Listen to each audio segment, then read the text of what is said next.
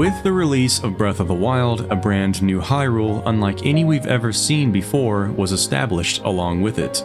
This brilliantly sculpted world has entertained millions of people across the globe for many years, completing every shrine, climbing all towers, conquering each divine beast, and finally administering some long overdue payback upon Calamity Ganon. I really can't emphasize enough how much of a positive impact this game has had on people, myself included. So, when I heard that Breath of the Wild was going to be getting a direct sequel, I imagined that we'd be getting more or less the same experience, just with more bells and whistles. Sure enough, we got exactly that, and it is no doubt an amazing game. However, there's just something about Tears of the Kingdom that has been bugging me since day one. There was an air of unfamiliarity when it came to this Hyrule that I couldn't quite put my finger on. I fully explored and familiarized myself with Breath of the Wild's Hyrule so much that even the slightest difference stuck out like a sore thumb in Tears of the Kingdom. I just spent the past month re-exploring every nook and cranny in this sequel, sweeping over every major change with a fine-toothed comb, and what I found in the end was truly shocking. The Hyrule that we find ourselves in Tears of the Kingdom is not the same Hyrule we all explored in Breath of the Wild. Based on several things I've discovered, it just plain can't be. Or is it? I don't even think Nintendo knows the answer to this question, and quite frankly, I'm not sure if I myself know what's going on with Tears of the Kingdom. What I'd like to do is present all of my findings and ask you, the viewer, what you think is going on here. Maybe once everything has been put on display, we might be able to come up with a proper answer together. The list of changes made to Hyrule isn't exactly a short one, so let's go ahead and get started so we can figure this out.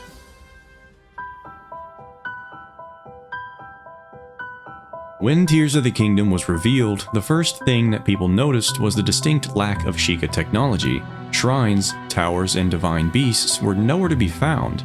It turns out that this wasn't just a simple developer oversight during the trailers. In the final game, there are indeed 0 shrines, towers, divine beasts, or even decayed guardians laying around. The most mysterious of them all is the complete disappearance of the Shrine of Resurrection, but we'll get more into that mess later. The most popular theory going around is that after the events of Breath of the Wild, all Sheikah technology was recycled and used to create the new Skyview Towers in Tears of the Kingdom, which may or may not be the case. If you ask me, that's an absolutely massive amount of technology to repurpose into only just a few Skyview Towers.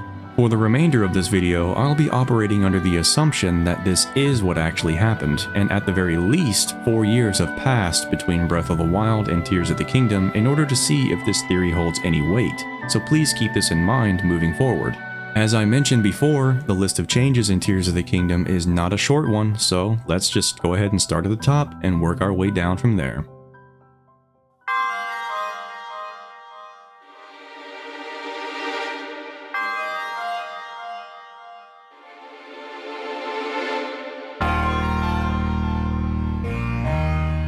Sheikah shrines and their inner workings are quite mysterious. Some of them emerge from the ground, while others can already be located above ground. Even before the Calamity, several of these shrines were just naturally out in the open. What interests me the most is their elevator system.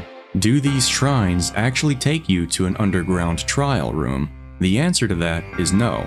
These shrines are utilizing a type of magic called pocket dimensions. When you descend into one of these elevator shafts, halfway through you seamlessly enter a pocket dimension that contains the trial room. There isn't actually anything buried underground beneath these shrines. The reason why I'm bringing this up is because in Tears of the Kingdom, we're led to believe that these shrines were dismantled. Their terminals and teleportation pads were one of the many pieces of ancient Sheikah technology repurposed in Pura's new Skyview Towers in Tears of the Kingdom. The rest of the shrine can realistically be recycled and all evidence of their existence covered up after filling in the 10 to 15 foot hole where the elevator shaft was. After 4 years, you probably won't be able to tell that they were ever there. For now, this theory seems to be holding up pretty well regarding the disappearance of shrines, but for how long? It turns out that this theory starts to lose credibility very quickly as we move on to the next topic, the Sheikah Towers.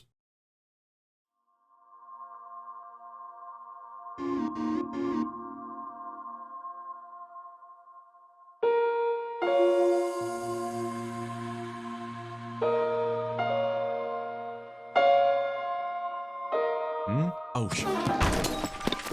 Now, Sheikah Towers are very different from shrines in the sense that they were originally dormant beneath the earth. The first time you placed your Sheikah slate into the terminal of an inactive Sheikah Tower in Breath of the Wild, all of them emerged from the ground across Hyrule at the same time. This crucial detail cannot be dismissed. It's extremely important that you remember this fact for what I'm about to show you next. In Tears of the Kingdom, I revisited every single location of every Sheikah Tower that existed in Breath of the Wild. While most locations showed no signs of there ever being a massive 300-foot tall tower jutting from the earth, thankfully there were a few of these locations that offered incredible evidence of something else happening. Let's take a look at the Lanayru Tower.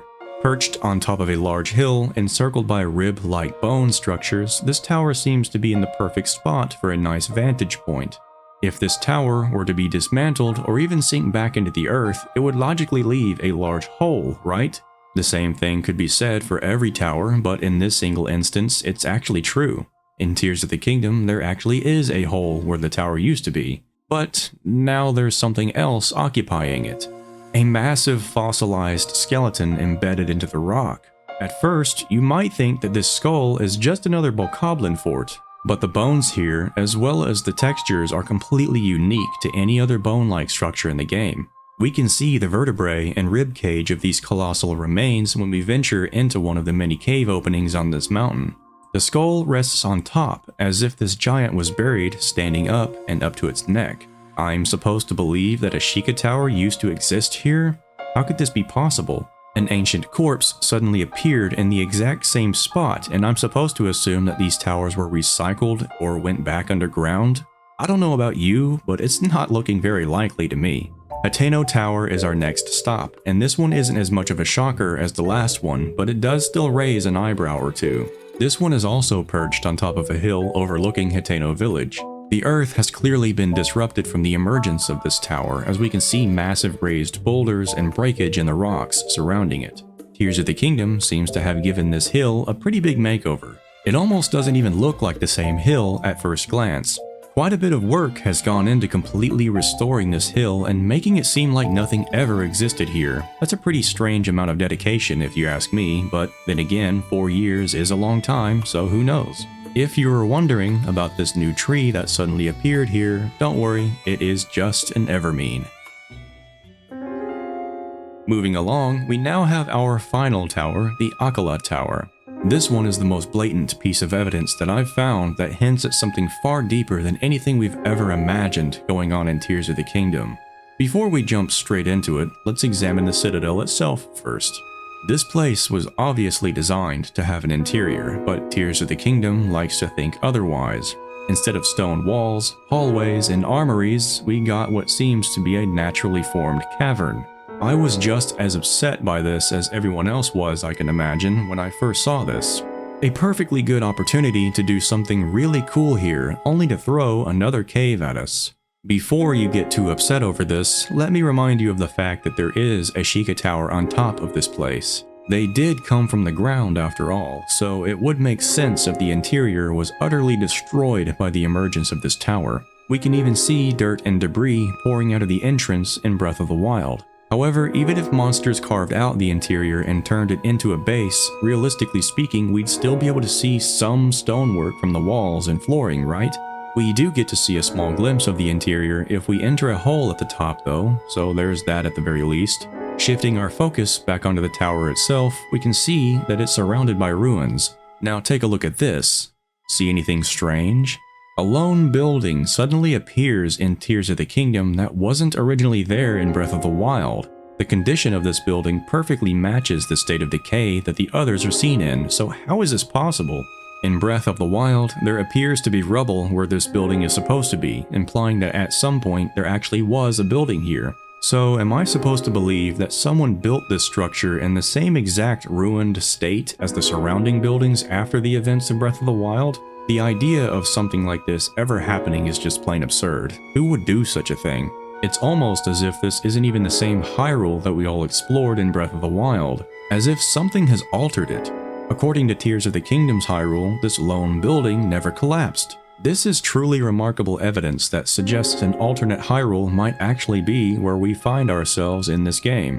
If you're still not convinced, don't worry, I still have plenty of things left to go over, so let's keep on going through the list. Before we move on from towers completely, it's important that I briefly mention Pura's Skyview Towers. As I have previously stated, the common theory currently going around is that Pura, with the assistance of Hudson's construction crew, recycled most of the ancient Sheikah technology laying around in Breath of the Wild and repurposed it into her newly built Skyview Towers. This theory actually does hold some weight, because if we look closely, we'll notice a couple of familiar parts ripped from some of the old machines. For starters, we have a teleportation pad from shrines and towers. Next, we have a terminal that came from shrines, and if we pay extra close attention, the underside of the platform that launches us into the air is actually the lower armor-plated skirt that came from Guardians. Incredibly obscure detail that only very few people would ever actually notice, but it's still really cool that they did this. The last piece that was reused happens to be quite mysterious. The surface of the launch pad is yet another teleportation pad, but this one was only ever found on Divine Beasts. Excluding the 5th Divine Beast in the DLC since it lacks a teleportation pad, there were only 4 beasts in the base game that contained a single pad, but there are 15 Skyview Towers in Tears of the Kingdom, each one containing the same exact pad. Suddenly, Pura recovered 11 more of these extremely limited and unique pieces of technology, but from where? Do we just assume that Pura was able to backwards engineer them and thus be able to create new ones? I'm not so sure about that. To give her and Hudson's construction crew some credit, the rest of the materials used in building these towers are actually 100% original and handcrafted. Maybe she eventually did figure out how to create more of them, but we'll probably never know for sure.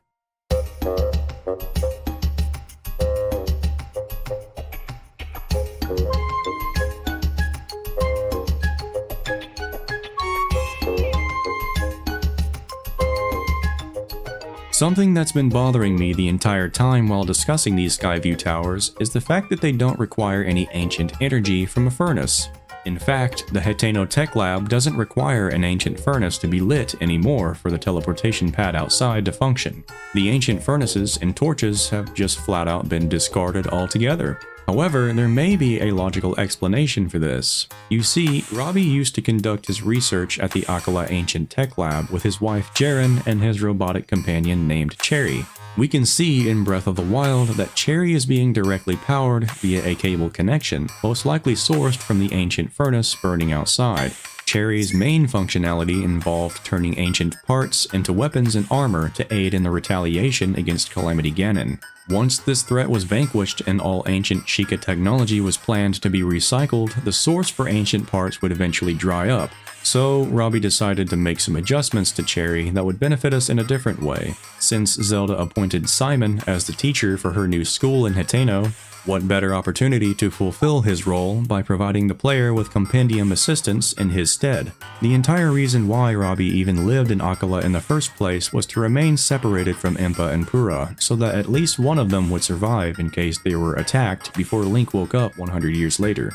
With Calamity Ganon gone, Robbie was able to work together with Pura again, but only if he could somehow figure out how to bring Cherry with him. He did just spend the past 100 years building the thing, so I don't really blame the poor guy for being so attached to his creation.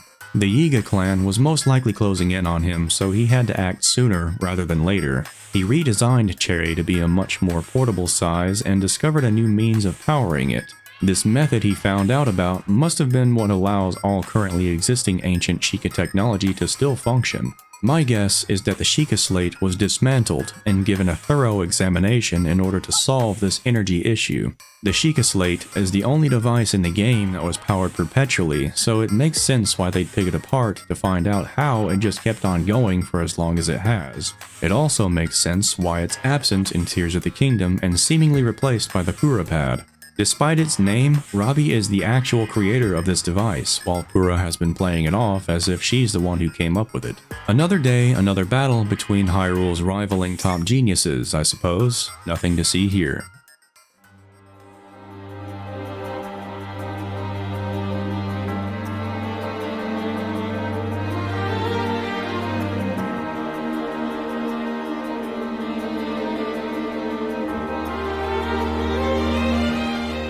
There is honestly not very much else to say about the Divine Beasts. We know at the very least that the teleportation pads found on all of them were harvested, so the notion that the rest of them were dismantled or even destroyed is highly possible.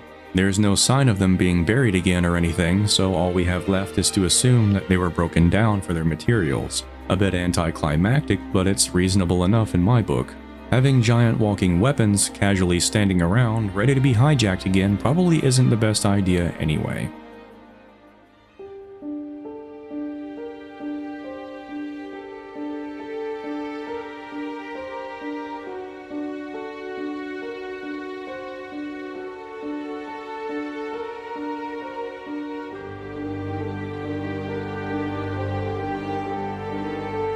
Now this is probably one of the most highly discussed and confusing topics about all Sheikah technology disappearances.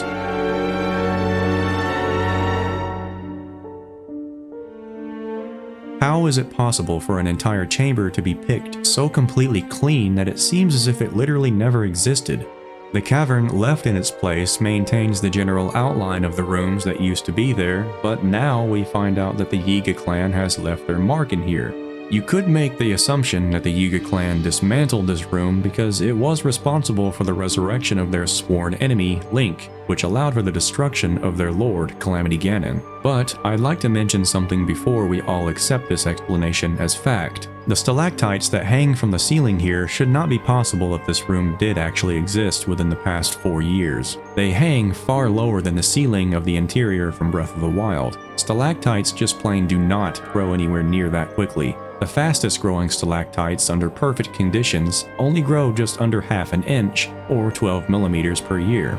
It would have taken at least a couple of hundred years for these to grow this long without a ceiling ever blocking their path. Yet more evidence that suggests to us that this is somehow a completely different Hyrule we're exploring. Very strange, and it's only going to get stranger the more we keep going.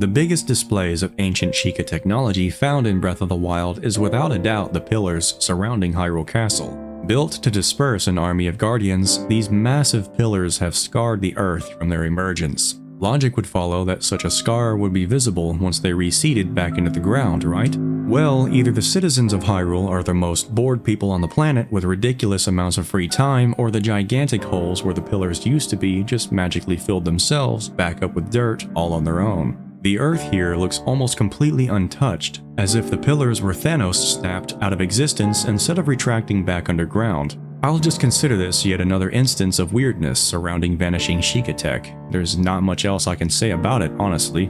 Moving into the castle itself, we are now in the library. Within this secret room, we come across the exterior of the boss room that we fight Calamity Ganon in, which is called the Astral Observatory.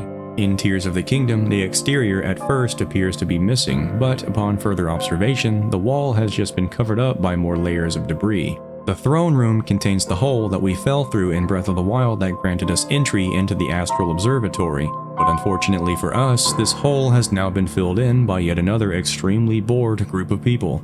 This time, there might be an extremely small sliver of evidence that actually points towards this being true. Zelda has made repairs to Link's old champion's tunic and intended on giving it to him as a gift, so she hid the clothing inside a secret safe in the throne room that only a member of the royal family would know about. By lighting the 2 torches in front of the thrones, this safe opens up. The fact that Zelda herself came to the throne room at some point probably sparked her interest in commanding someone to fill up the massive dangerous hole smack dab in the middle of the room. It's not too far-fetched that the last remaining member of the royal family would want what's left of her castle to still be standing by the time she's crowned the queen, after all.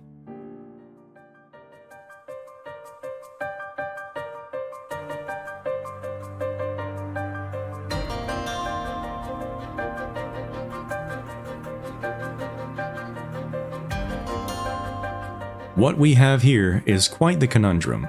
As seen in Breath of the Wild, these labyrinths all have one section that's closed off on the top. They are also identical in the fact that they all have level surfaces in the interior. Tears of the Kingdom, on the other hand, has decided to give all of them a haircut. A magical haircut. Not only is there a new hole in the top, the entire centerpiece in this labyrinth has been slightly altered. There's no way these lotus lights and pedestals were always there.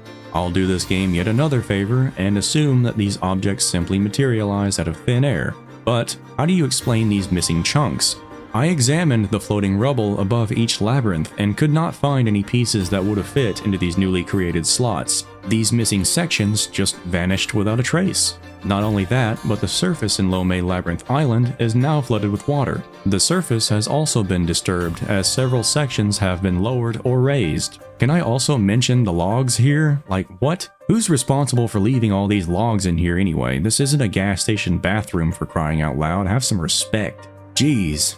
Anyway, we can find vegetation growing in some of these pits, suggesting that these have been here for a while now, and were not created by the supposedly extremely recent upheaval shifting the flooring or something. If you recall, there's a basement to this particular labyrinth. We're supposed to be greeted by a dozen laser beams pointed at our forehead the second we enter it, but instead, we're now being chased by the Ass Grabber 5000, patent still pending.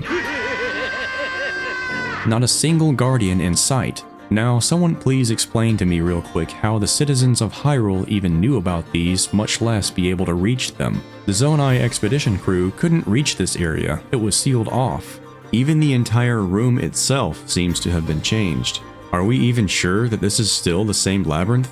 I've said this already 1,000 times, but am I seriously supposed to believe that these guardians disappeared for no reason? Come on now, Nintendo.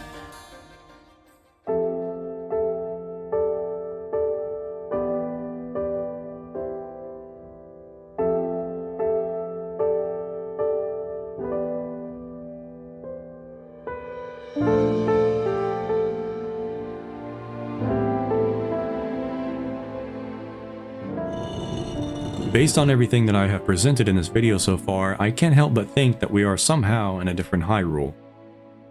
But how could this have happened? I've got an idea, and I'm not the very first one to make this suggestion, but I really do think that the beginning of the game in Tears of the Kingdom, all the way up until Zelda and Link disappear, takes place in the original Hyrule. Everything we see afterwards is a completely different Hyrule. Zelda going back in time most likely altered the flow of events in such a way to slightly manipulate the present-day state of Hyrule. She did give the Pura Pad to Minoru, which led to the implementation of teleportation pads in their Shrines of Light, so there's no telling what else she did during her time in the past that changed the future. The fact that she even exists in the past could have caused a timeline paradox, thus collapsing the timeline into itself, creating a catastrophic event of nearly total annihilation of all versions of the world. This could explain how she was able to go back to the present day in Tears of the Kingdom. If Breath of the Wild references just about every game in every timeline branch, then history must have funneled into a single point somewhere along the way. If this is the case, then the catastrophic event caused by Zelda's paradox took place after the previous games in the series,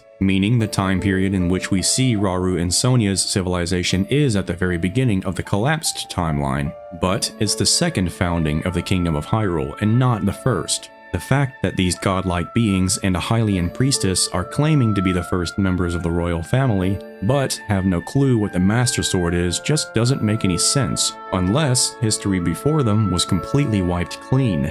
Hylians reverted back to their roots, solely reliant on their gods once again to protect them, which is why the ancient Hylians seen here have much longer ears than we've ever seen them before. Pre-Skyward Sword, Hylians might have looked identical to the ones we see in Tears of the Kingdom's memories.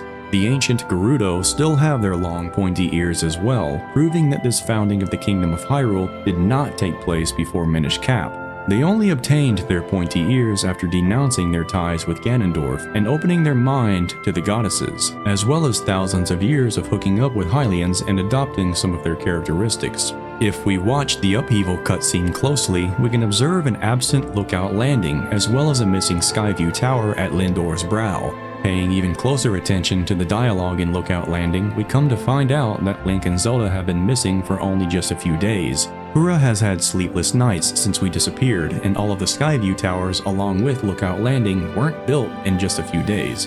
How do you explain that?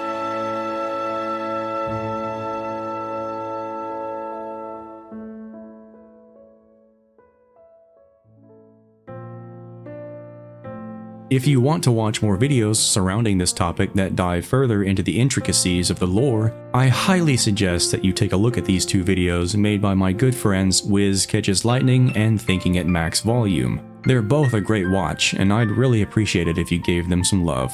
In the end, it all comes down to one question. Are we still in the same Hyrule? Or did Zelda just accidentally commit genocide on a cosmic scale? Oopsie daisy! What are your thoughts on this matter? I'm curious to know what you all think, so please let me know in the comments below. Before I go, I'd like to thank Florian personally for becoming the first YouTube member on this channel and showing their incredible support. So this one's for you. I also have an official Discord server now with some great people already in there, so go ahead and jump in and have some fun. Thank you so much for watching. If you enjoyed yourself, there is much more to come in the future, so please subscribe and stick around for another onslaught of Zelda lore from Gossipgeist.